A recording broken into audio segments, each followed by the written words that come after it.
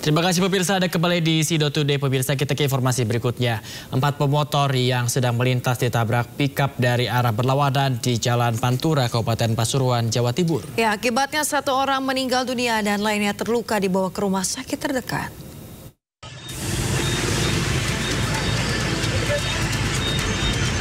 Pengendara motor tergeletak di tepi Jalan Raya Bangil, Gempol di Kecamatan Beji, Kabupaten Pasuruan, Jawa Timur, usai mengalami kecelakaan dengan motor rusak parah.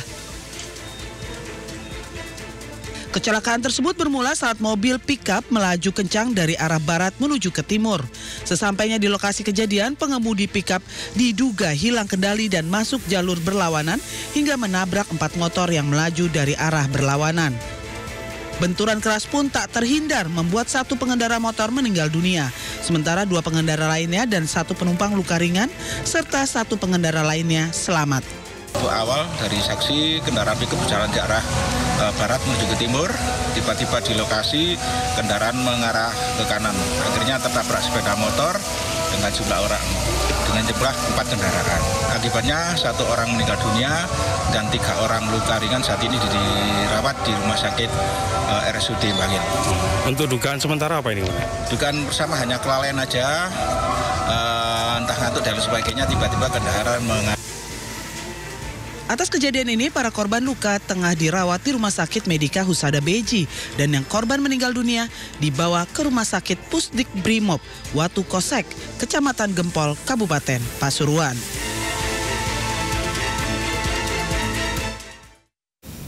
Pemirsa, sebuah bus terguling di kawasan Tanjakan Giribangun, Karanganyar, Jawa Tengah. Akibatnya seseorang penumpang meninggal dunia.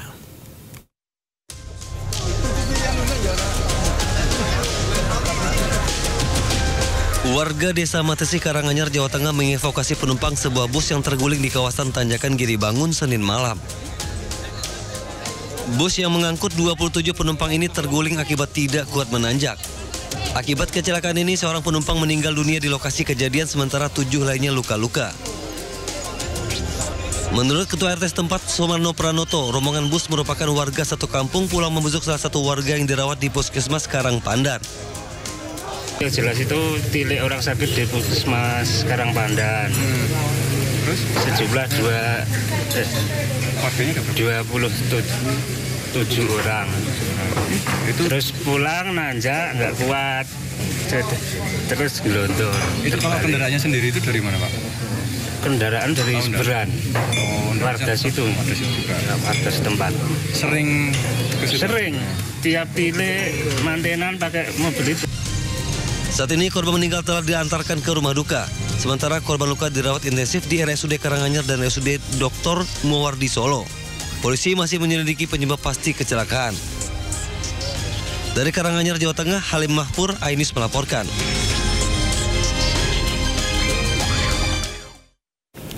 Pemirsa, Setia Budi Tarigan, ayah dari Kristiano Tarigan, penabrak mahasiswa UGM hingga tewas, akhirnya buka suara terkait kasus yang menimpa anaknya. Ia meminta maaf kepada keluarga korban dan menyerahkan kasusnya ke tangan polisi.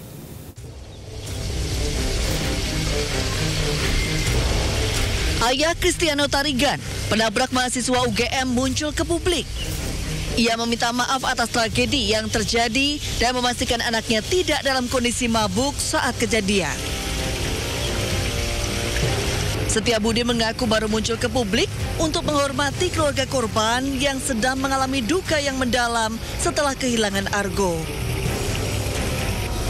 Selain itu, ia juga sedang mendampingi anaknya yang saat ini sudah ditahan oleh pihak kepolisian. Atas nama Kristiano Tarigan, memohon maaf sebesar-besarnya atas peristiwa yang sama-sama tidak kita inginkan ini. Dapat saya sampaikan bahwa saat kejadian kecelakaan tersebut, sesungguhnya putra saya Kristiano berteriak untuk meminta pertolongan warga sekitar untuk menolong korban Ananda Argo. Dan sampai dengan aparat kepolisian tiba di lokasi, Kristiano tetap ada di lokasi kejadian dan tidak melarikan diri. Sementara itu keluarga mahasiswa UGM yang menjadi korban tabrak lari menolak damai dengan pelaku Cristiano Tarigan. Melina, ibunda almarhum Argo Eriko, ingin kasus ini diusut tuntas sesuai dengan hukum yang berlaku. Ia juga meminta pendampingan hukum kepada kantor pusat konsultasi dan bantuan hukum UGM untuk mengawal kasus ini hingga tuntas. Tim Liputan iNews melaporkan.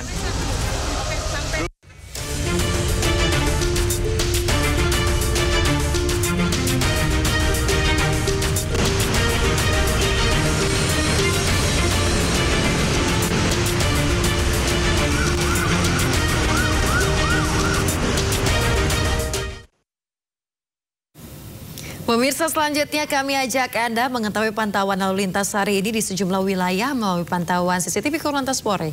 Kita akan bergabung dengan Brigadir Susan di studio NTMC Polri. Ya, Brigadir Susan, bagaimana pantauan arus lalu lintas di sejumlah titik di wilayah Indonesia melalui pantauan CCTV saat ini?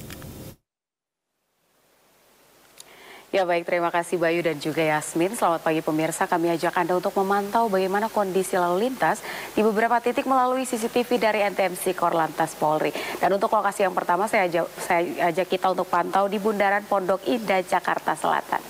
Pemirsa, lalu lintas pada kawasan ini sudah mulai terjadi peningkatan volume kendaraan dengan terjadinya antrian pada traffic light. Dan bagi Anda yang akan melintas kawasan ini untuk kurangi laju kecepatan kendaraan Anda, mengingat kawasan ini cukup ramai dengan aktivitas dari masyarakat di kawasan ini yang perlu ada antisipasi ketika Anda akan melintas kawasan ini. Dan dari arah Lebak Bulus yang akan menuju ke arah Blok M maupun Fatmawati ini terpantau cukup ramai lancar. Sedangkan dari arah Lebak Bulus, Blok M maupun Fatmawati yang akan menuju ke arah Bintaro juga terpantau cukup relatif lancar. Memang antrian hanya menjelang traffic light saja, namun selepas dari traffic light kendaraan masih dapat melaju dengan kecepatan yang normal. Dan kemudian kami ajak Anda untuk ke lokasi yang kedua, tepatnya di exit tol Bekasi Barat. Pemirsa, lalu lintas di kawasan ini cukup ramai dan lancar. Bagi Anda yang akan melintas dari arah gerbang tol Bekasi Barat yang akan menuju ke arah Pekayon, Kalimalang terpantau cukup ramai dan lancar, didominasi oleh kendaraan-kendaraan berat yang melintas kawasan ini. Untuk itu kami himbau bagi Anda untuk selalu berhati-hati, jaga jarak aman kendaraan Anda dan selalu konsentrasi ketika Anda berkendara. Dan dari arah sebaliknya, yakni dari arah Pekayon yang akan menuju ke arah Kalimalang maupun yang akan berbelok memasuki gerbang tol Bekasi Barat juga terpantau cukup lancar. Yang kami himbau bagi Anda yang akan berhenti di belakang garis stop dikarenakan ada hak bagi para pejalan kaki di sana. Dan berikutnya di lokasi yang ketiga saya ajak kita untuk pantau di alun-alun Situbondo, Jawa Timur.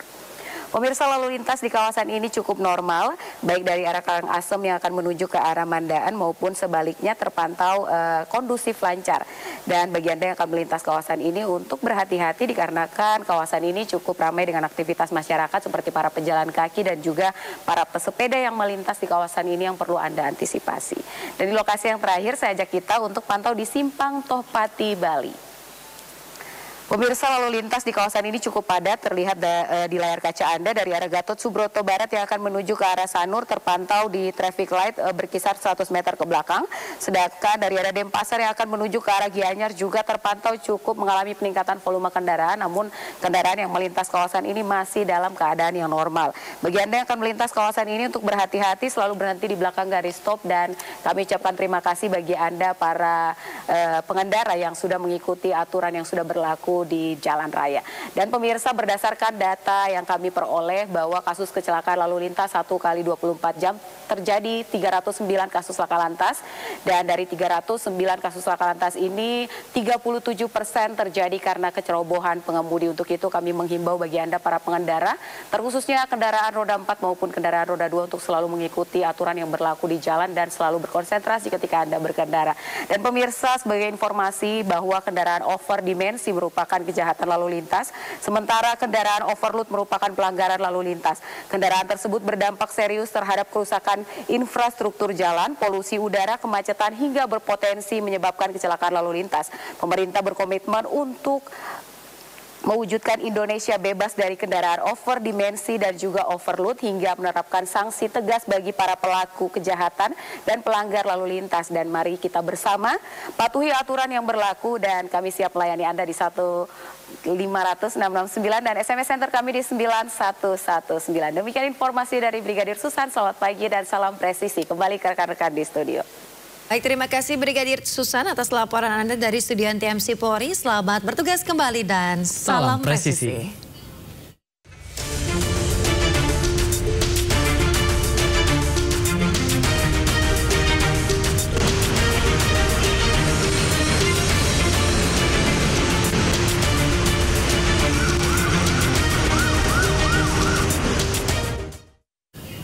Pemirsa, sidak Wakil Bupati Sidoarjo Mimi Idayana ke sebuah perusahaan yang diduga menahan ijazah karyawan di Sidoarjo, Jawa Timur, Senin siang diwarnai kericuhan. Sejumlah karyawan yang ijazahnya ditahan perusahaan berusaha memaksa masuk ke perusahaan saat Wabub Sidoarjo sidak ke dalam perusahaan bersama instansi terkait.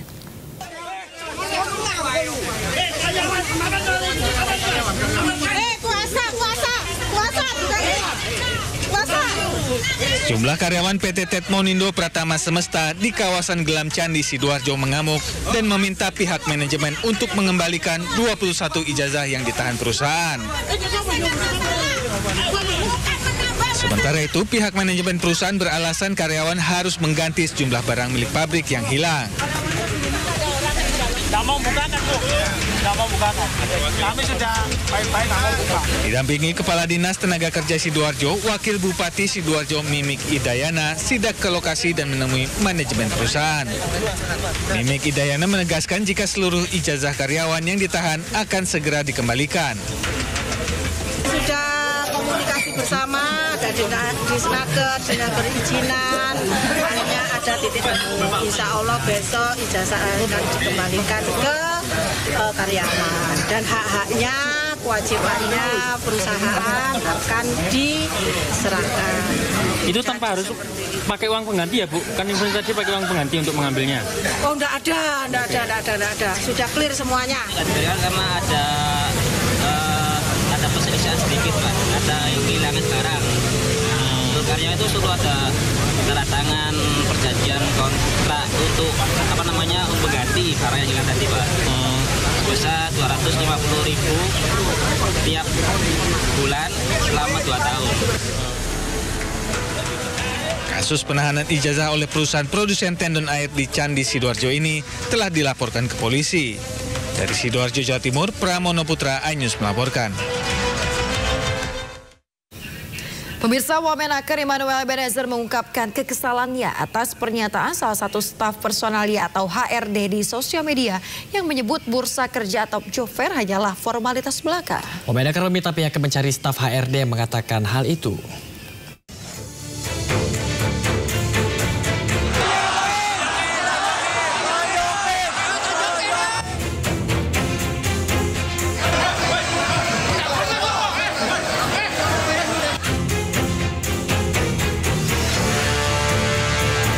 Sulitnya mencari pekerjaan membuat job fair ramai dipadati para pencari kerja. Mereka rela antre demi bisa mendapatkan pekerjaan yang diimpikan.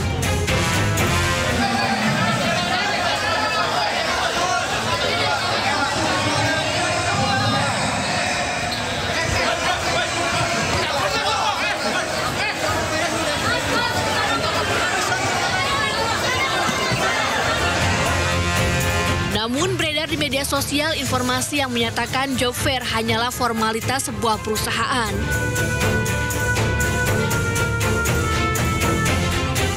Job fair itu omong kosong, itu buat brandingnya kantor, malah itu. Kegiatan itu digunakan untuk brandingnya kantor. Bahkan itu biasanya kerjasama sama dinas-dinas kementerian terkait gitu ya. Untuk KPI-nya orang kedinasan itu. Wamenaker pun membantah keras pernyataan ini. Kemenaker tegaskan akan menginvestigasi bila ada perusahaan yang memperlakukan job fair sebagai formalitas. Nah, itu pernyataan nggak bertanggung jawab, formalitas. Saya minta HRD-nya untuk segera dipecat itu. Kok pernyataannya kurang ajar segitu? Formalitas, jangan bikin job fair kalau begitu. Gitu berarti dia ngada-ngada tuh. Gitu. Saya mau tahu nama perusahaannya HRD siapa? Ah, berarti kurang ajar tuh. Berarti kurang ajar. Kenapa? Ada penelusuran nggak terkait hal itu nanti? Ya kalau seandainya butuh investigasi, kita investigasi. Makanya maksud saya, ARD-nya siapa? Jangan bikin hoax saya. Sementara itu hingga kini jumlah pengangguran di Indonesia masih tinggi. Data dari BPS menyebut pada bulan Februari 2025, pengangguran di Indonesia mencapai 7,28 juta orang. Lebih tinggi dibandingkan pada bulan Februari 2024, yaitu sekitar 7,2 juta orang.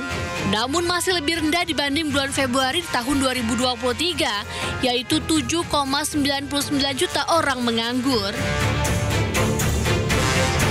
Tim Liputan, iNews melaporkan. Gubernur DKI Jakarta Prabowo Anung menanggapi soal ancaman pemutusan hubungan kerja hotel dan restoran di Jakarta. Pramono telah berkoordinasi dengan pihak hotel dan restoran di Jakarta untuk selalu dilibatkan dalam acara-acara besar yang akan diadakan di Jakarta sebagai langkah antisipasi terjadinya PHK massal. Di Provinsi DKI berusaha semaksimal mungkin, saya sudah berkomunikasi juga dengan PHRI untuk bisa supaya tidak ada PHK massal. Kenapa itu kami lakukan? Kami memperbanyak event. Kalau teman-teman pelajari, event di Jakarta sekarang ini kan banyak banget. Mulai dari lari, bulan ini aja ada 3 atau 4 lari. Kemudian event-event musik yang dulu belum ada seperti Soundfest tiba-tiba ada. Kemudian kalau Java Jazz kan ada. Nah, dengan perbanyakan event ini membuat perhotelan bisa bertahan. Tetapi saya yakin, saya melihat sekarang ini, apalagi di pemerintah pusat sudah ada langkah-langkah untuk mengurangi pengetatan ini. Apalagi kalau kita lihat bahwa bulan April ini kan sudah mulai surplus, artinya memang ada langkah-langkah itu dan kami akan memberikan support sepenuhnya. Terima kasih. Wassalamualaikum warahmatullahi wabarakatuh. Pemirsa, Presiden Prabowo Subianto memimpin upacara Hari Lahir Pancasila di halaman Gedung Pancasila, Jakarta. Selain dihadiri Wapres Gibran, acara juga dihadiri Ketua Dewan Pengarah BPIP sekaligus Presiden kelima RI Megawati Soekarno Putri. Bersama Ketua Dewan Pengarah Badan Pembinaan Ideologi Pancasila, Megawati Soekarno Putri, Presiden Prabowo Subianto memasuki halaman Gedung Pancasila. Mereka mengikuti upacara Hari Lahir Pancasila yang seharusnya diperingati setiap tanggal 1 Juni. Untuk tahun ini upacara digelar tanggal 2 Juni berdasarkan surat edaran Kepala BPIP. Prabowo bertindak sebagai pemimpin upacara. Tema peringatan tahun ini adalah memperkokoh ideologi Pancasila menuju Indonesia Raya. Upacara Hari Lahir Pancasila juga dihadiri mantan Wakil Presiden Tri Sutrisno dan Yusuf Kala. Prabowo menegaskan pejabat tidak setia kepada negara akan disingkirkan. Pejabat harus bisa menjalani pekerjaan dengan baik. Sajada!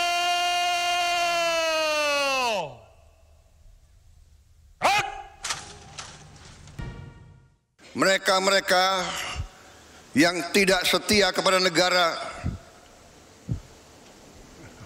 akan kita singkirkan dengan tidak ragu-ragu. Tanpa memandang bulu, tanpa melihat keluarga siapa, partai mana, suku mana yang tidak setia kepada negara, yang melanggar undang-undang, yang melanggar undang dasar, akan kita tindak. Pemirsa, momen istimewa terjadi saat upacara peringatan Hari Lahir Pancasila yang digelar kemarin. Ya, Prabowo, Megawati dan Gibran tampil bersama dengan penuh keakraban.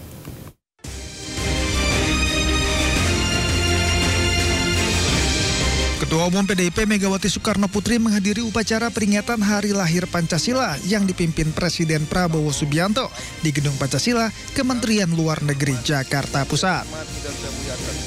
Dalam momen ini, Megawati berinteraksi dengan Wakil Presiden Gibran Rakabuming Raka yang merupakan putra Presiden ke-7 Republik Indonesia, Joko Widodo. Ketua MPR RI Ahmad Muzani menyampaikan keakraban dan kehangatan ini berlangsung di holding room sebelum upacara Hari Lahir Pancasila dimulai. Megawati dan Gibran bahkan sempat bercanda bersama sejumlah pejabat lainnya. Iya, memang bercanda-canda juga, bercanda. Gibran ngobrol sama Bu Mega di dalam. Iya, bercanda di antara kita, yang lain yang ada di holding, ada saya, ada Pak Prabowo. Berarti satu ruangan, berarti satu ruangan ya Pak? Yang di holding tadi ada Ya, ada Pak Menteri, ada Pak Jika, ada Presiden Prabowo, ada Wapres, ada saya, ada Mensesnek, ada Menko. Saat upacara peringatan Hari Lahir Pancasila, Megawati berbaris di antara Presiden Prabowo dan Wapres Gibran. Kehadiran Megawati dalam upacara ini menunjukkan hubungan baik dan harmonis antar tokoh bangsa. Selain Megawati, hadir pula Wakil Presiden ke-6 RI Tri Sutrisno dan Wakil Presiden ke-10 dan ke-12 Yusuf Kala. Ya, pemirsa, Presiden Prabowo memuji diet Megawati Soekarno Putri yang dinilai berhasil hingga membuat Mega tampak lebih kurus. Ya, pujian itu disampaikan Prabowo sebelum acara Hari Lahir Pancasila. Sebelum upacara peringatan Hari Lahir Pancasila, Presiden Prabowo Subianto sempat berbincang dengan Presiden kelima Republik Indonesia, Megawati Soekarno Putri. Di momen itu Prabowo menyebut Megawati kini tampak lebih kurus. Prabowo mulanya menyapa Megawati yang telah berada di ruang tunggu. Kemudian Prabowo juga menyapa Tri Sutrisno. Saat hendak duduk di kursi, Prabowo menyebut Megawati kurus dan memuji diet Mega yang berhasil.